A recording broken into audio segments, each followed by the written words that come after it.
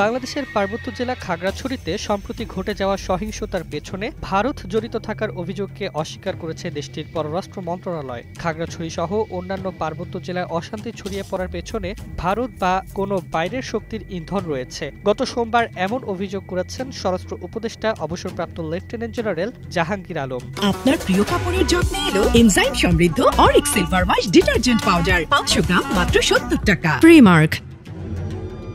তবে ৩রা অক্টোবর শুক্রবার ভারতের পররাষ্ট্র মন্ত্রণালয়ের মুখপাত্র রণধীর জসওয়াল সাপ্তাহিক ব্রিফিংয়ে বলেন, আমরা এ ধরনের মিথ্যা ও ভিত্তিহীন অভিযোগ প্রত্যাখ্যান করছি। বাংলাদেশের অন্তর্বর্তী সরকার আইন ও শাসন বজায় রাখতে পারছে না। তাদের ব্যর্থতার দায় অন্যদিকে সরিয়ে দেওয়া এ সরকারের অভ্যাস।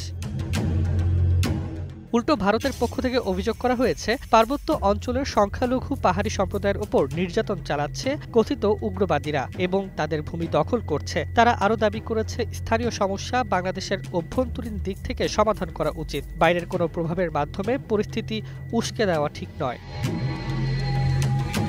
খাগড়াছড়িতে অশান্তির সূত্রপাত হয় গত ২৩ সেপ্টেম্বর, যখন জেলা সদরে এক স্কুল শিক্ষার্থী ধর্ষণের অভিযোগ তোলেন। মামলাটি করেন ভুক্তভোগীর বাবা। ৩ জনকে অজ্ঞাত আসামি করে সদর থানায় মামলা দায়ের করেন। পরদিন ২৪ সেপ্টেম্বর সন্দেহভাজন শয়নশীলকে গ্রেপ্তার করে পুলিশ। এই ঘটনার পর খাগড়াছড়ি, খুনিয়াপাড়া ও অন্যান্য পার্বত্য জেলায় অশান্তি ছড়িয়ে পড়ে। স্থানীয়রা আতঙ্কে দিন কাটাচ্ছেন, আর প্রশাসন পরিস্থিতি নিয়ন্ত্রণে রাখতে তৎপর। তবে মেডিকেল প্রতিবেদন অনুযায়ী ওই কিশোরীর শরীরে ধর্ষণের আলামত পাওয়া যায়নি। সংখ্যালঘু সম্প্রদায়ের সঙ্গে সহিংসতার ঘটনা এবং স্থানীয় অশান্তিকে কেন্দ্র করে রাজনৈতিক ও কূটনৈতিক চাপ বাড়ছে। বিষয়টি দুই দেশের মধ্যে কূটনৈতিক সংবেদনশীলতার দিকেও নজর আকর্ষণ করছে। বাংলাদেশি কর্তৃপক্ষ পরিস্থিতি শান্ত করার জন্য স্থানীয় প্রশাসন, পুলিশ এবং কমিউনিটি নেতাদের সঙ্গে সমন্বয় বাড়াচ্ছে।